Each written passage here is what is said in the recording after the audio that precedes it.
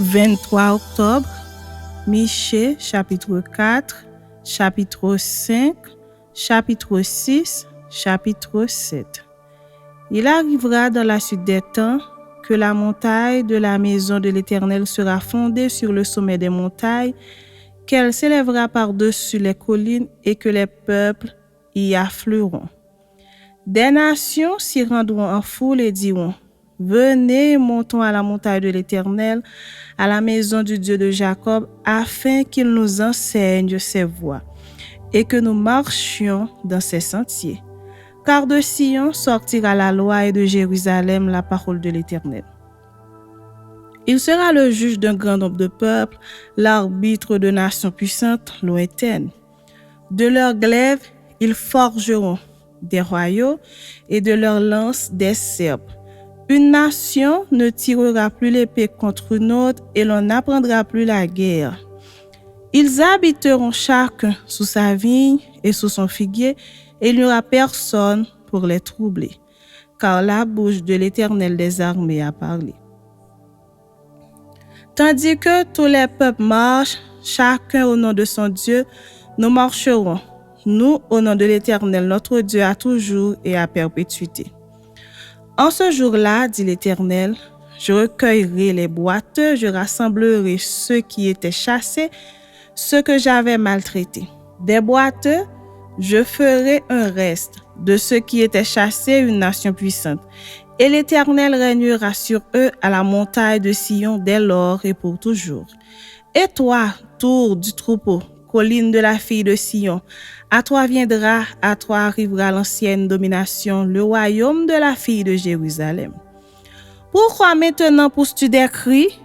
N'as-tu point de roi, plus de conseiller, pour que la douleur te saisisse comme une femme qui accouche? Fille de Sion, souffre et gémit comme une femme qui accouche. Car maintenant tu sortiras de la ville et tu habiteras dans les champs et tu iras jusqu'à Babylone. Là tu seras délivré, c'est là que l'Éternel te rachètera de la main de tes ennemis. Maintenant, plusieurs nations se sont rassemblées contre toi, qu'elles soient profanées, disent-elles, et que nos yeux se rassasient dans Sion. Mais elles ne connaissent pas les pensées de l'Éternel, elles ne comprennent pas ses desseins, elles ignorent qu'il les a rassemblées comme des gerbes dans l'air. Fille de Sion, lève-toi et foule. Je te ferai une corne de fer et des ongles d'airain, et tu boiras des peuples nombreux. Tu consacreras leurs biens à l'Éternel, leurs richesses au Seigneur de toute la terre. Maintenant, fille de troupe, rassemble tes troupes. On nous assiège, avec la verge, on frappe sur la joue le juge d'Israël. Chapitre 5. Et toi, Bethléem Ephrata, petite entre les milliers de Juda, de toi sortira pour moi celui qui dominera sur Israël et dont l'origine remonte aux temps anciens, au jour de l'éternité. C'est pourquoi il les livrera jusqu'au temps où enfantera celle qui doit enfanter, et le reste de ses frères reviendra auprès des enfants d'Israël.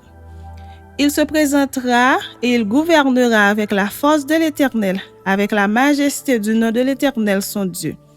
Et ils auront une demeure assurée, car il sera glorifié jusqu'aux extrémités de la terre.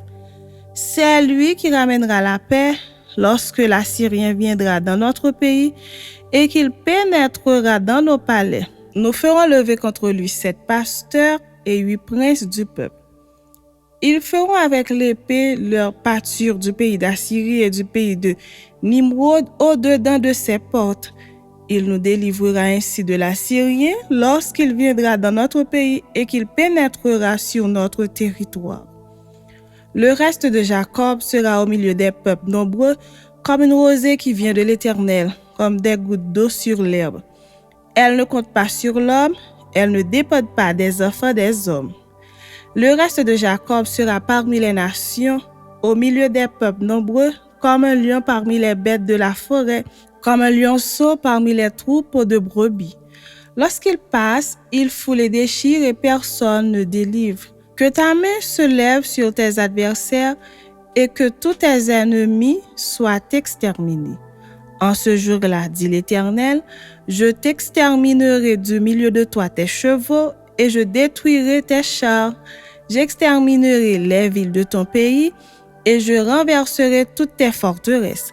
J'exterminerai de ta main les enchantements et tu n'auras plus de magiciens. J'exterminerai du milieu de toi tes idoles et tes statues et tu ne prosterneras plus devant l'ouvrage de tes mains. J'exterminerai du milieu de toi tes idoles d'Astarté et je détruirai tes villes. J'exercerai ma vengeance avec colère, avec fureur sur les nations qui n'ont pas écouté. Chapitre 6. Écoutez donc ce que dit l'Éternel. Lève-toi, plaide devant les montagnes et que les collines entendent ta voix. Écoutez, montagnes, le procès de l'Éternel, et vous, solides fondements de la terre. Car l'Éternel a un procès avec son peuple, il veut plaider avec Israël. Mon peuple, que t'ai-je fait? En quoi t'ai-je fatigué? Réponds-moi. Car je t'ai fait monter du pays d'Égypte, je t'ai délivré de la maison de servitude, et j'ai envoyé devant toi Moïse, Aaron et Marie. Mon peuple, rappelle-toi ce que projetait Balak, roi de Moab, et ce que lui répondit Balaam, fils de Béor, de Sittim à Gilgal, afin que tu reconnaisses les bienfaits de l'Éternel. Avec quoi me présenterai-je devant l'Éternel pour m'humilier devant le Dieu très haut? Me présenterai-je avec des holocaustes, avec des veaux d'un an? L'Éternel agréera-t-il des milliers de béliers, de myriades de torrents d'huile? Donnerai-je pour mes transgressions mon premier-né, pour le péché de mon âme, le fruit de mes entrailles? On t'a fait connaître, ô homme, ce qui est bien. Et ce que l'Éternel demande de toi, c'est que tu pratiques la justice, que tu aimes la miséricorde et que tu marches humblement avec ton Dieu. La voix de l'Éternel crie à la ville et celui qui est sage craindra ton nom. Entendez la verge et celui qui l'envoie. Y a-t-il encore dans la maison du méchant des trésors iniques et un épha trop petit, objet de malédiction? Est-on pur avec des balances fausses et avec de faux poids dans le sac? Ces riches sont pleins de violence, ces habitants profèrent le mensonge, et leur langue n'est que tromperie dans leur bouche. C'est pourquoi je te frapperai par la souffrance, je te ravagerai à cause de tes péchés. Tu mangeras sans te rassasier et la faim sera au-dedans de toi. Tu mettras en réserve et tu ne sauveras pas. Et ce que tu sauveras, je le livrerai à l'épée. Tu sèmeras et tu ne moissonneras pas, tu presseras l'olive et tu ne feras pas d'onction avec l'huile, tu presseras le mou et tu ne boiras pas le vin. On observe les coutumes d'Omri et toute la manière d'agir de la maison d'Akab et vous marchez d'après leurs conseils. C'est pourquoi je te livrerai à la destruction, je ferai de tes habitants un sujet de raillerie et vous porterez l'opprobre de mon peuple. Chapitre 7. Malheur à moi, car je suis comme à la récolte des fruits, comme au grappillage après la vendange. Il n'y a point de grappe à manger, point de ces primeurs que mon âme désire. L'homme de bien a disparu du pays et il n'y a plus de juste parmi les hommes.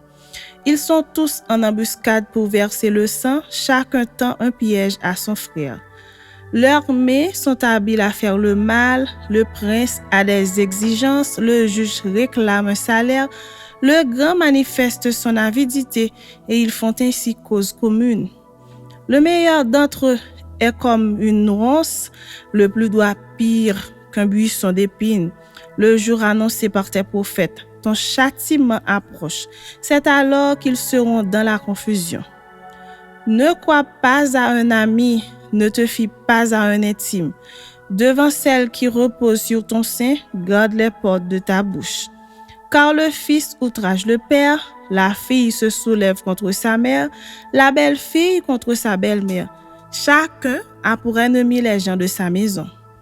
Pour moi, je regarderai vers l'Éternel, je mettrai mon espérance dans le Dieu de mon salut.